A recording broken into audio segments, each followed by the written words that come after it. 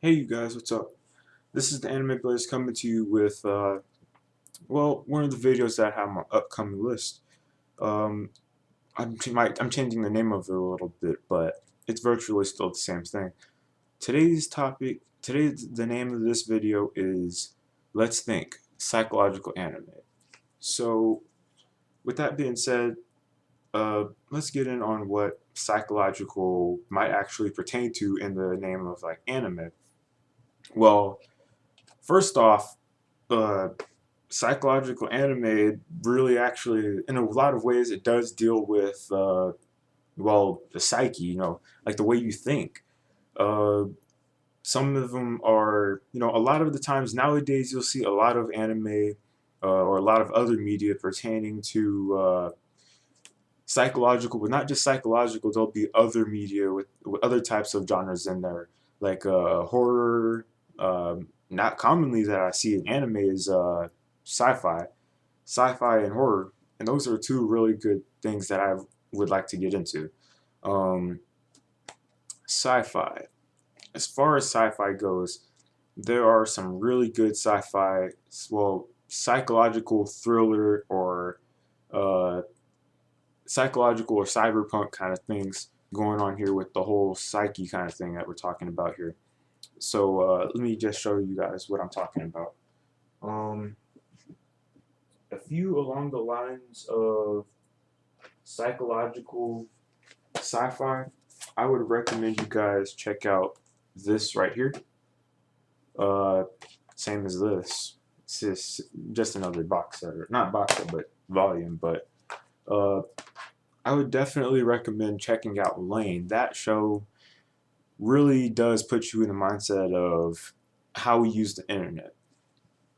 Um, for example, Lane is your typical kind of girl, your typical person who uses the internet. She asks for a new computer, she gets one. She's not really tech savvy, but as soon as she does get used to the internet, strange things start to happen.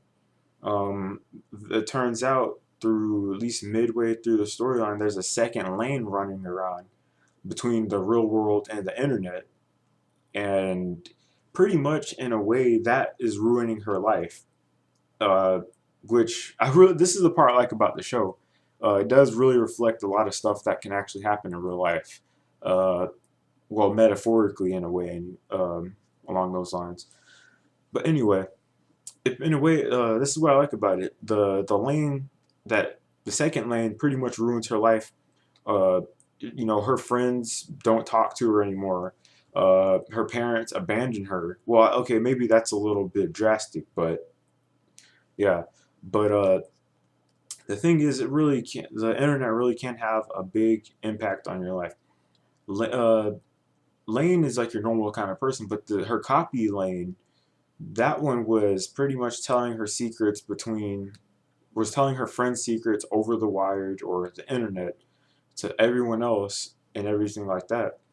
And so the show pretty much, it really makes you think about the way you use the internet through like social media, social linking, all that kind of stuff. Like forums, um, YouTube, video websites, Facebook, Twitter.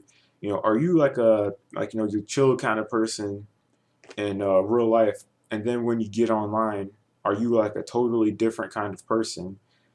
Uh, are you like some guy who just like posts everything about your friends online? You turn into like a total jerk online. If that fits your personality, you might want to.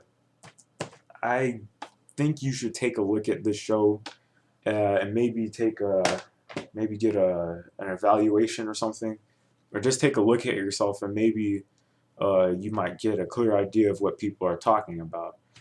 But anyway, along those lines of psychological sci-fi, I also have Ghost in the Shell, um, the anime, movie, and the seasons.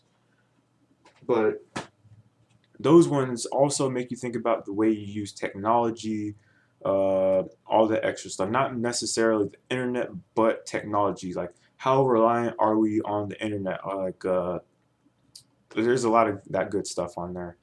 Uh, What else are there? Psychological horror. Psychological horror isn't really like sci-fi. In a way, it pretty much, depending on what you're watching, it kind of gets you in the mindset of what the character is going through, what's going through their head, and it kind of has you on the edge of your seat a little bit, and it has you guessing what might happen next. Some good examples of this are Higurashi. If you're interested, check out that show. You have the main character.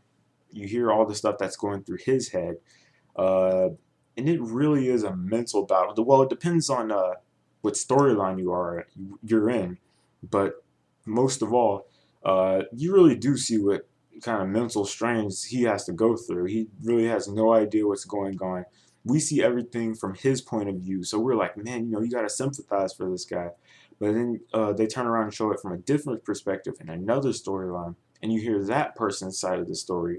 So it also puts you in their mindset and the ways that they think, and it really is kind of cool how they do that. Um, and all in all, it puts you on the edge of your seat, has you guessing what's going to happen. I mean, this show, when I first saw it, I was like, oh my goodness, murders happening, strange cults, and everything like that. Um, just a lot of weird and creepy stuff on here. Again, psychological horror. That's another way you might want to go if you're looking for something that'll jog your mind a little bit. Um, also,